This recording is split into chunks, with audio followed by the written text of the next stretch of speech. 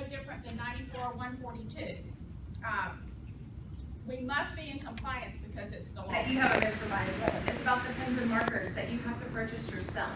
You think out of the box as a regular classroom teacher, we have to do the same combination with them. But that's not the law either. You have to hire someone, you have a grant, Successful schools prove that you have to have a strong homeschool student The connection. law is not effective. If it were believed to be that effective, there would be more federal funding. So from our vantage point, we believe that there should be changes with that. Also, it takes 5 to 7 years to learn a new language. That's right. Go and vote. Go and vote on Tuesday, yes. Tuesday. Renee Yeah, welcome to America.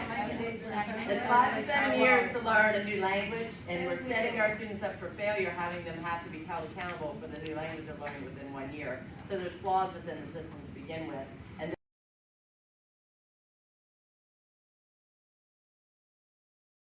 groups, don't you? I leave my lamb beside the golden door, homeless, the tempest toast, the ELL. Those students, unless we give them the tools to learn and be independent learners, might never leave those conditions. We are here, the ESOL program, Title III program, is there to maintain, lifted up that lamp over our doors. We need our students to prepare. It is our job to give them the tools to become successful. And there is a principle. Here is a principle of be respect to democracy, to the law. There is a principle to be respect to civil rights. There is a principle to be respectful to those who died for all of these children to have the same rights that any other child in the United States has. Without policies and procedures, there is chaos. We are not only thinking of monetary cost. There is a part that is even more important than that. What the future of our country?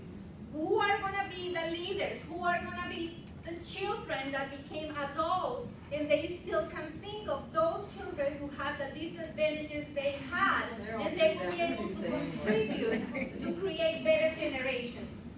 There are consequences. If we don't follow the law, we are in violation to civil rights. That is that simple.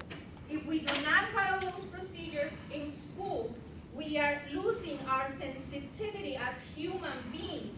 We are leaving our status of being humans and we are becoming predators. There is this child in 4th grade. He is in a new country surrounded by a new language. This child doesn't speak English. This is your child. What do you want for your child in those situations? Life is simple. Life is short. Things change. We are now in advantage. Tomorrow we could be in disadvantage. What are you going to do for that child? What do you want for that child that might be your child? What are you doing for the blind in your classroom? What are you doing for the deaf in your classroom? What are you doing for those children who come hungry to school? They didn't have breakfast at home. Are you providing breakfast at school for them? Regardless their skin color, we are providing breakfast for them. Why not providing it for everybody? You made many wonderful points. However, we understand that all students have needs. Nobody would be in this profession if they didn't believe that every student that walks in your classroom is your own. Our focus is on the funding and the resources needed to provide that, and we're not saying that we wouldn't do that. We're not going to kick any student to the side.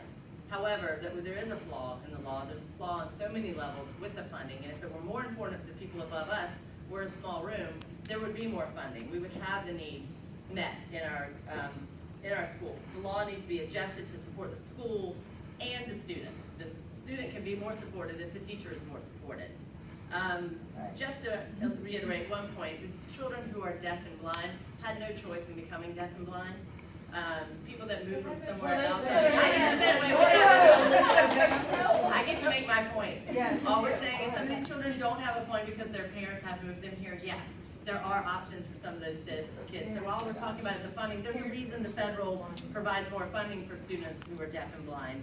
than for the students who have English as a And second the language. parents chose, if they wanna bring their child to school in South Carolina, they have to understand that the education in the language is gonna be in English versus a deaf student or a blind student, that's a completely different matter. Parents didn't choose blind or deaf. And they get stuff in their. So that was just one point that we had made on that. However, we do believe that ESOL is important. We just believe there should be more funding and more options in the classroom, more support for teachers, and more knowledge all around to make it a more effective program so that we're in the school. Not that we would ever not follow through with taking care of the students, but if the funding were there and the training, and it became more of an effective thing and easier to implement, we think it would be more effective all around. That's all.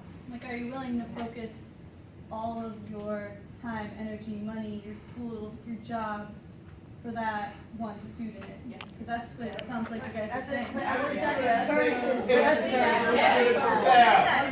school closed. But you want best policies and best procedures, and we.